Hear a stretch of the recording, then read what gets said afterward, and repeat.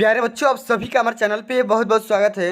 दोस्तों, इस वीडियो के माध्यम से क्लास 10th के बच्चों के लिए विज्ञान का 27 फरवरी 2023 का ओरिजिनल पेपर लेकर के आ चुका हूं, जो कि अभी अभी हुआ है। और बच्चों, इस वीडियो के माध्यम से मैं आप सभी को इस पूरे मॉडल पेपर का, पूरे ओरिजिनल पेपर का मैं A to Z सोल्यूशन बताने वाला हूँ। और पेपर का कोड देख सकते हो, 824 EM दिया गया है। तो जो भी बच्चे इस पेपर को देख करके आए हैं वो अपना सोल्यूशन मैच करवा सकते हैं, और आप लोग अपना स्कोर कमेंट मार्क्स में आप लोग वीडियो को देखने के बाद जरूर बताइएगा, ठीक है। आइए बिना किसी देरी के इस वीडियो को स्टार्ट करेंगे। सबसे पहले प्यारे बच्चों, हम इस बहुविकल्पी प्रश्नों को हल करेंगे। जितना मैंने बताया था उसी में से आया है, एक भी प्रश्न बाहर से नहीं आया है। जो मेरे पुराने स्टूडेंट्स हैं वो जानते होंगे, उनका 70 में 70 स्कोर करके आए हैं। और बहुत सारे बच्चे कमेंट कर रहे हैं कि सर आपने जो बताया है वही क्वेश्चन बोर्ड के पेपर में आया हुआ है, ठीक है। आइए समझते हैं। सबसे पहला बहुविकल्पी प्रश्न पूछा गया है कि एक प्रकाश किरण किसी लेंस के भीतर स्थित किसी बिंदु से बिना किसी विचलन से गुजर जाती है, वह बिंदु लेंस का कौन सा बिंदु कहलाएगा, कौन सा बिंदु होगा। क्या क्वेश्चन पूछा गया है कि जब एक प्रकाश की किरण होगी किसी भी लेंस के भीतर, क्या होगी, किसी स्थित बिंदु से बिना किसी विचलन से गुजर जाती है, तो वह लेंस का किस पॉइंट से गुजरेगी, वह फोकस से, वक्रता केंद्र से, प्रकाशी केंद्र से, या उपयुक्त में से कोई नहीं। फिर बच्चों, इस क्वेश्चन का जो राइट आंसर होगा, ऑप्शन नंबर यहाँ पे थर्ड, यहाँ पे बिल्कुल राइट आंसर हो जाएगा, प्रकाशी केंद्र से गुजरेगी। क्लियर, समझ में आ गया होगा।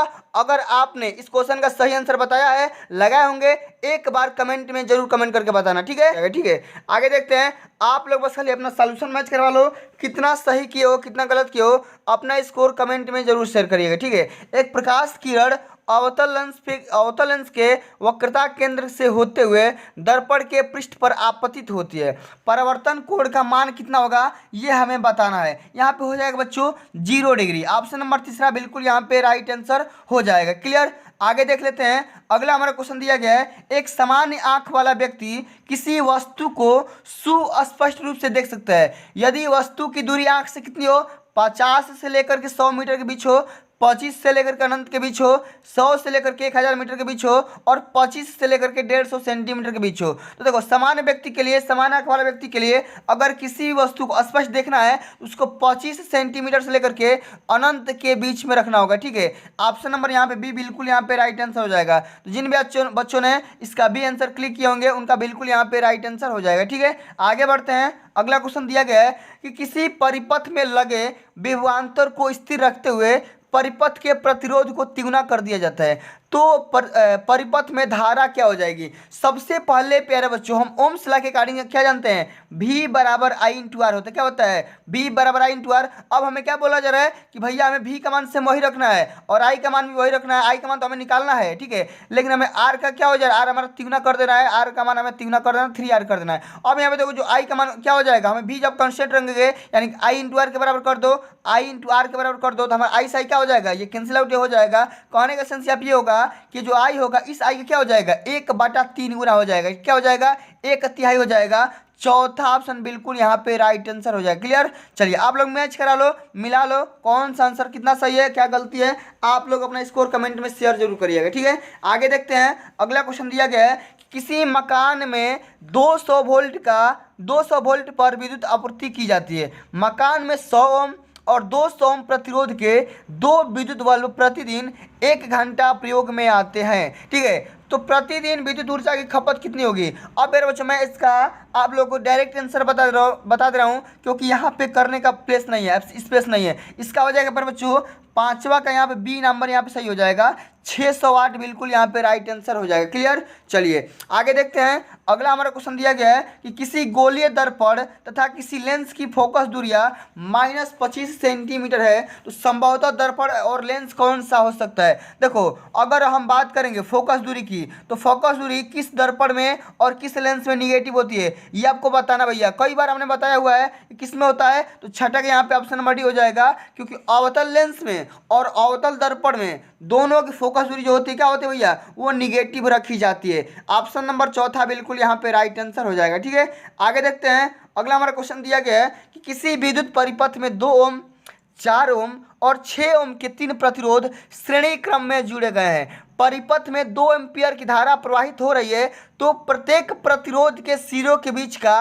विभवांतर का मान कितना होगा हमें बताना है। भैया हमने आप सभी को कई बार बताया, कई बार। कैसे श्रेणी क्रम में जोड़ना है, आपको डायरेक्ट जोड़ दो, 2 4 6 कितना हो जाएगा, 6 6 12 ओम हो जाएगा। क्या हो जाएगा, 6 6 12 ओम हो जाएगा। आपका धारा कितना दिया गया है, 2 एम्पीयर दिया गया है। अब यहाँ के लिए निकालोगे क्या हो जाएगा भैया, कि क्या निकलना है आपको, V का मान निकालना है। तो V बराबर क्या होता है, I इंटू आर होता है। तो यहाँ के लिए क्या हो जाएगा, I इंटू आर निकालो भैया, क्या हो जाएगा, आराम से इस तरह से कर लेना है, ठीक है। यही बार आप सभी कॉन्सेप्ट निकालना है। तो 7वां का फिर बच्चों यहाँ पे ऑप्शन नंबर क्या हो जाएगा, ऑप्शन नंबर ए बिल्कुल यहाँ पे राइट आंसर हो जाएगा, ठीक है। ऑप्शन नंबर ए बिल्कुल यहाँ पे राइट आंसर होगा। अब बात करते हैं उपखंड ख के बारे में, यानी कि केमिस्ट्री के क्वेश्चन को देखेंगे, ठीक है। सारे क्वेश्चन का एनालिसिस करेंगे। आप लोग वीडियो को शुरू से लेकर के एंड तक जरूर देखना।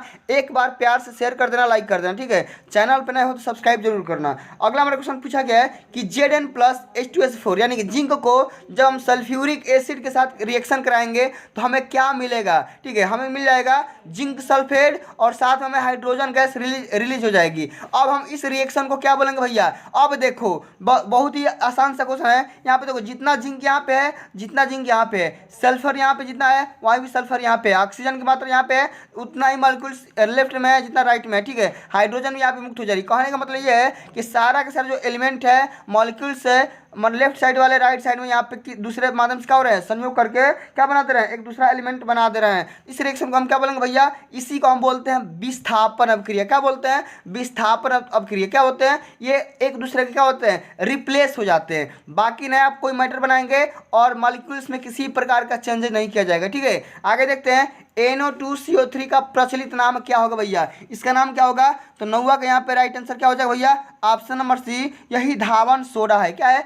यही धावन सोडा है। इसको क्या बोलते हैं, सोडियम कार्बोनेट बोला जाता है। क्या बोला जाता है, सोडियम कार्बोनेट। कई बार मैंने बताया है। और यहाँ पे जब H आ जाएगा क्या हो जाएगा, सोडियम बाइकार्बोनेट हो जाएगा। कल ही के पेपर में मैंने आप सभी को बताया था, ठीक है। चलिए आगे देखते हैं। जितना मैंने बताया है सब उसी में से आया है, एक भी क्वेश्चन बाहर से नहीं आया है, ठीक है। आगे देखते हैं। अगला क्वेश्चन पूछा गया है कि निम्नलिखित में से क्षार धातु कौन सा भैया, बताना है। सोडियम है कि आपका आयरन है कि मैग्नीशियम है कि आपका ये Au है, ठीक है, सोना है, ठीक है।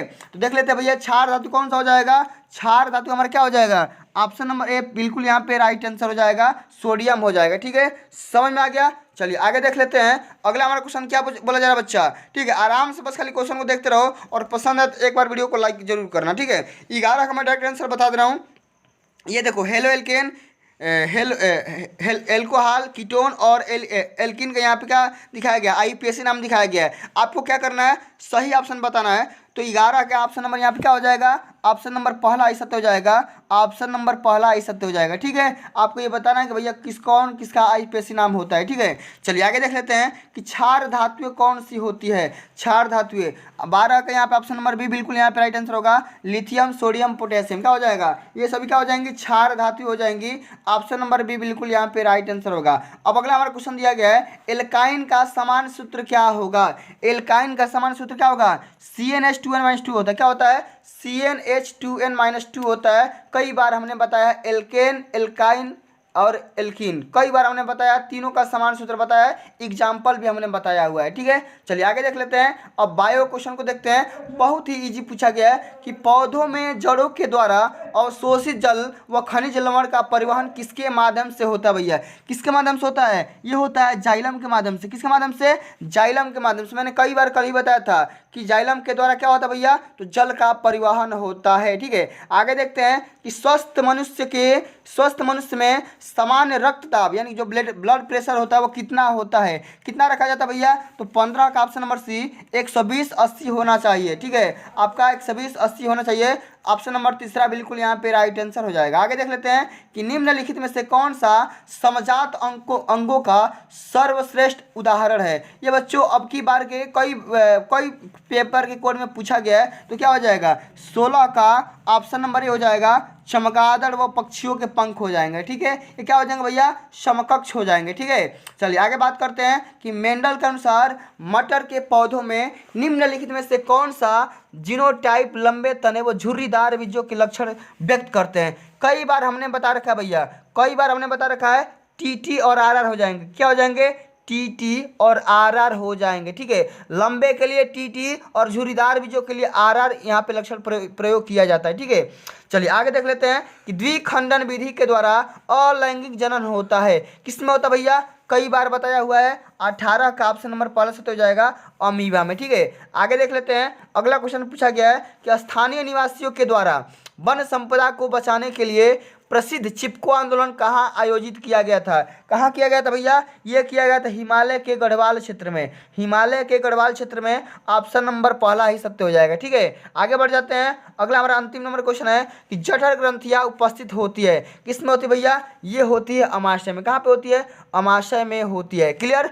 समझ में आ गया बच्चों? आप लोग अपना स्कोर कमेंट के माध्यम से जरूर बताइएगा कितना सही किए कितना गलती किए। बाकी आप सभी लोग, मैं ऐसा करता हूँ ये सारे के सारे डिस्क्रिप्टिव आंसर भी कर चुके होंगे, कोई दिक्कत की बात नहीं है।